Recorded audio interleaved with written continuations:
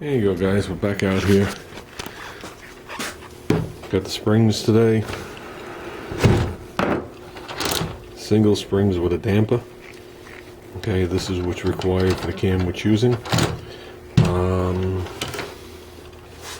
Got the retainers and the keepers. We dug those back out again. If you remember, we did these heads. These are the 291Cs. We did these, and I just threw the old springs and retainers on. Nice way to keep the seats from rusting up.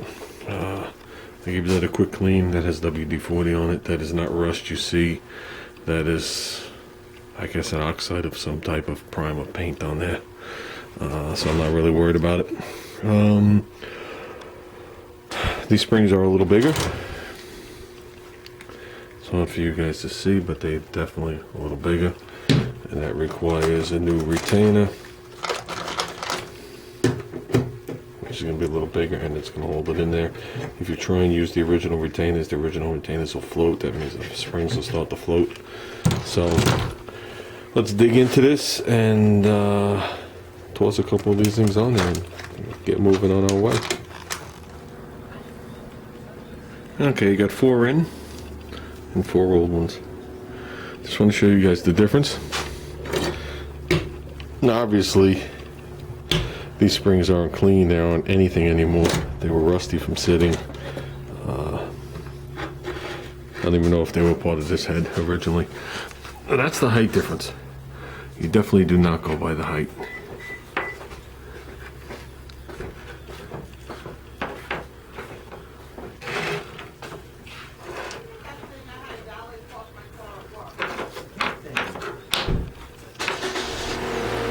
You can see the difference right off the bat. How these retainers are shorter, like I said, for a higher lift cam. Plus the step inside here is greater, and it's actually a little bit wider than this one to hold the spring, this correct spring.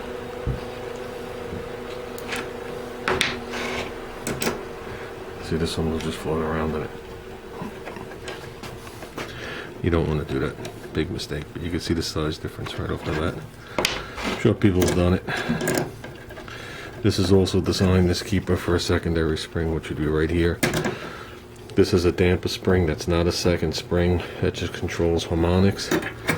Like I said, you don't go by the height of the spring before you start. You go by what it says on the actual chart, on the installed height, and what the maximum lift is, and then the coil bind. So if you look at them, this one I think has one complete circle more on the most part. 1, 2, 3, 4, 5, 6, 7. 1, 2, 3, 4, 5, and then a half one, 6. So that's what we got here, guys. Let's continue to put them on. So when you push down on them, it's night and day. Okay, guys, that's one head complete. Obviously, these things will get one more rinsing before we put them on. But before I even started, I blew out all the ports, all the holes, everything. And so now I'll put it back on the cardboard to save the face. And we'll bag it. So hopefully we get these things on very, very, very soon. So I'm going to pull the valves out of the other head, and we'll see if we could remember the difference between these and the ported ones. Yeah, just going by memory and looking at it quick. This is shaped totally different on the other heads. This whole corner was radiused, and this right here, when you get down into it, the second you get down into it, it tapers down. The other one was almost straight down and then contoured around the guide.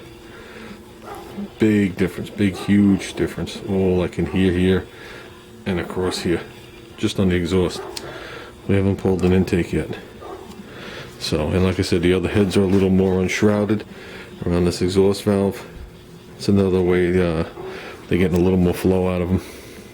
So, and okay, 2 things we didn't talk about in this particular video. One, spring height, the actual installed height on what it's supposed to be. I checked all that last time we worked on these heads with those retainers. Okay, when I was doing all the grinding of the valve guides. So we're good there. And we didn't talk about valve stem seals. Okay, right off the bat, you go high tech, you put a positive seal on. I don't. And I have my reasons why, and it's only for certain applications. I use regular umbrella seals. Okay? If we were building this back in 1970, we wouldn't even put one on the exhaust. They just let the oil drip down in there, and that's why you saw the old race cars start up and it would puff out that smoke, just to keep them well lubed. Positive seals. For the novice people, a positive seal goes around the guide, just like this umbrella seal is just sitting around the guide, just to get it out of my way. Positive seal goes around the guide and has some kind of device to seal it to it or clamp it to it. Ones I deal with on import cars, the actual seal is made of metal, and then it's encased in rubber, and the rubber is turned into a lip seal and there's a little spring.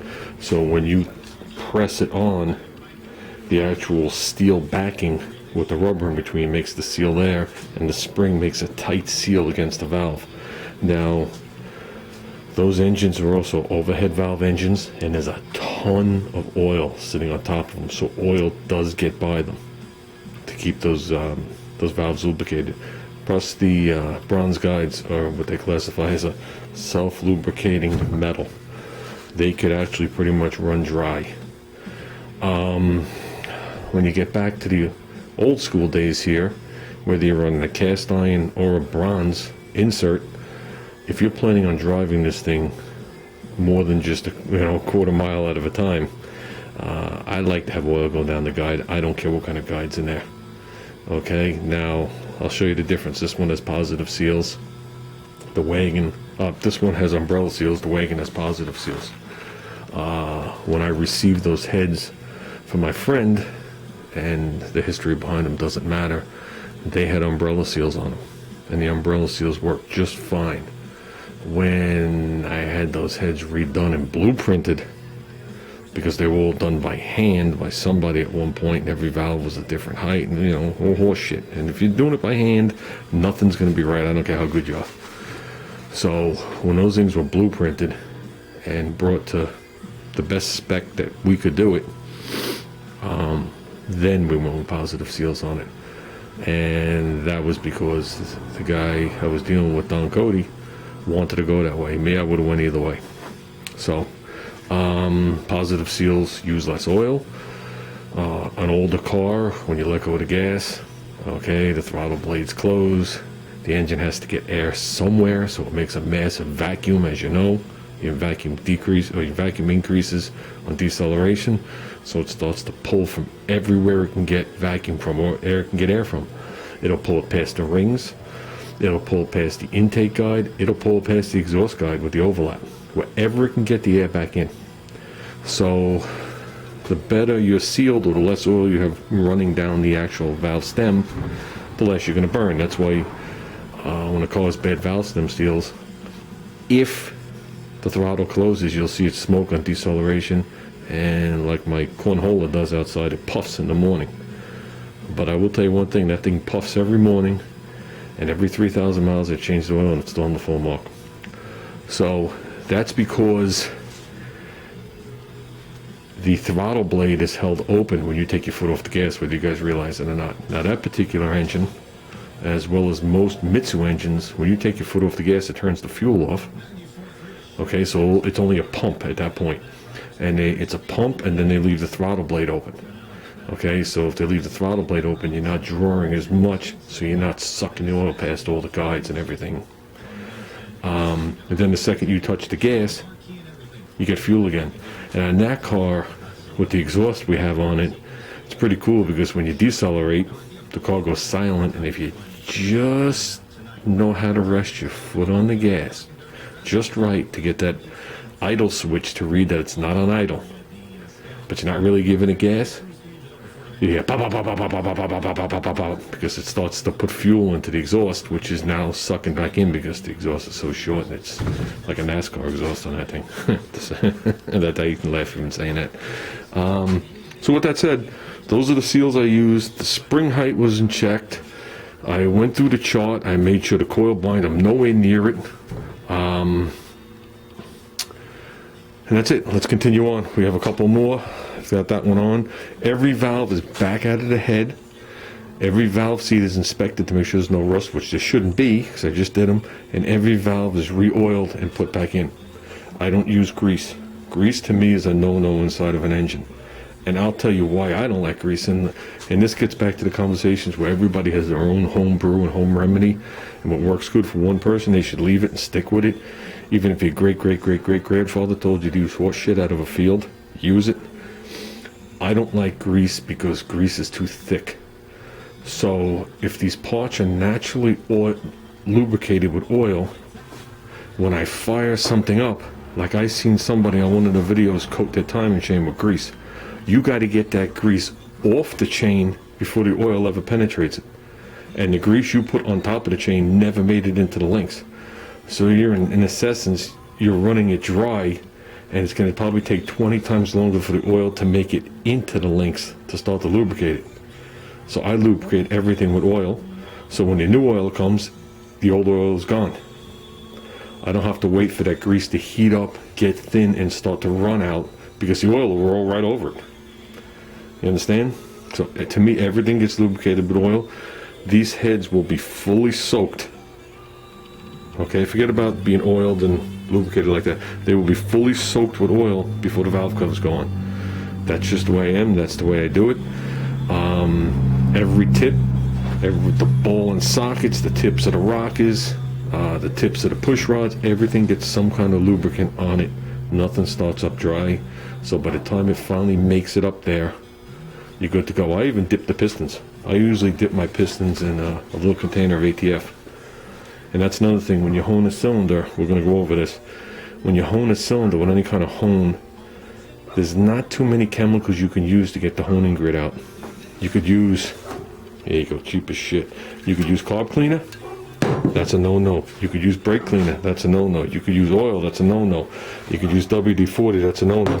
When you're done with all those and your rags are dirty, just put a little Dextron on there and give it one more wipe, it'll come out black. Dextron is one of the only things that takes the honing grit out when you hone. So I usually wipe everything with transmission fluid before I assemble it to get every last little bit of dirt out. Because let's face it, guys, I'm not in a sterile laboratory here. There is dirt that's going to get in there. So why not have the accidental dirt in rather than the accidental dirt than all the dirt I missed? And there are people out there that have forgot to wipe it with ATF, and then you wonder 10, 20,000 miles down the road why you need rings again. You need rings because they were riding on sandpaper, and it gets trapped in there and just chews them away. They break in quicker, but they just keep breaking in. They don't break in and get their surface. With that, let's get these last three done. Another helpful hint or tip: always lay out what you're going to use and count it. 2 more springs to go. I got 4 more keepers. Okay, I got 1 more seal because this valve's already been out. This valve's already been oiled. It's already been inspected, and the umbrella seal is just sitting there right now. Okay, so I know when I look down and I have 1 more there, or I'm short one, you gotta wonder where it went and why. And I don't care who you are, the longer you do it, the more you learn from your errors. And I could go all the way back, if you want, to me pulling my first 2.6 liter head off. I'm going to make this story quick and run out of video. 2.6 liter head off a pickup truck at Mitsu, right? So that would have put us back to probably 1986 or 7. Okay, 10 head bolts like a Ford head. Okay, Allen keyed, and each one has a washer. Pull them all off. Cams in the center, pull everything off, blah, blah, blah, blah, blah. I lose, okay, now I'm only doing the head gasket on this car. I lose one of the washers for under the head bolts. Can't find it anywhere. So, I get one from parts, put it on there, call it good. Finish up the car leaves on its way. Now I'm only a 19-year-old kid, you know, still pulling heads off and doing whatever. Okay. Car comes back later in that week, and the thing is huffing smoke. Now we'll go back to carburetor days. The air filter is already clogged with oil, and this thing is huffing blow by like you wouldn't believe. Well, it turns out that washer landed in the center of the head. At least that's where it landed at this point. And when that lobe came around, that lobe took that washer and made a perfect punch hole right into the right into the crankcase. Well, the way it is, whatever. And I'm sure the washer wasn't there when I first started, because I would have realized it. Even back then, you know, I'm very particular on how my jobs leave. They don't get a full road test. They don't get the 2-second road test. A job like that would have got at least a 20-minute road test. I still do that today, believe it or not, guys. So, needless to say, you learn the hard way. And from that day on, every part that ever comes off, I know where it is, how many I have.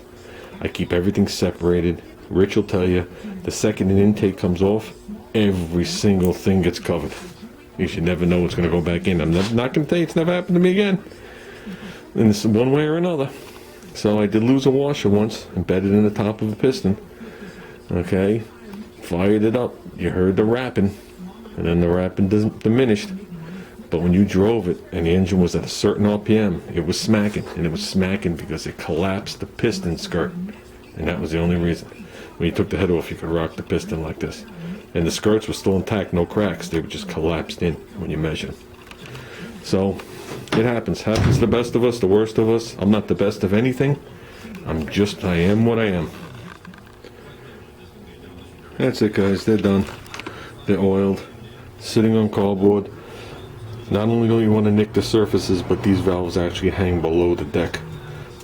So they're sinking into the cardboard, all the intake valves right now. Okay? So we just have to bag them up, and we'll call them good. Of course, they'll get one more quick clean down again. They look dirtier than they are. They look solid rust, but they're not rust at all. We just have to pick up a set of studs. We're good with everything else. We should be good with push rods. We're definitely good with rockers. So we just have to get the small block Chevy studs. I think I can get the long ones, 7/16. We should be good. And there's the old springs.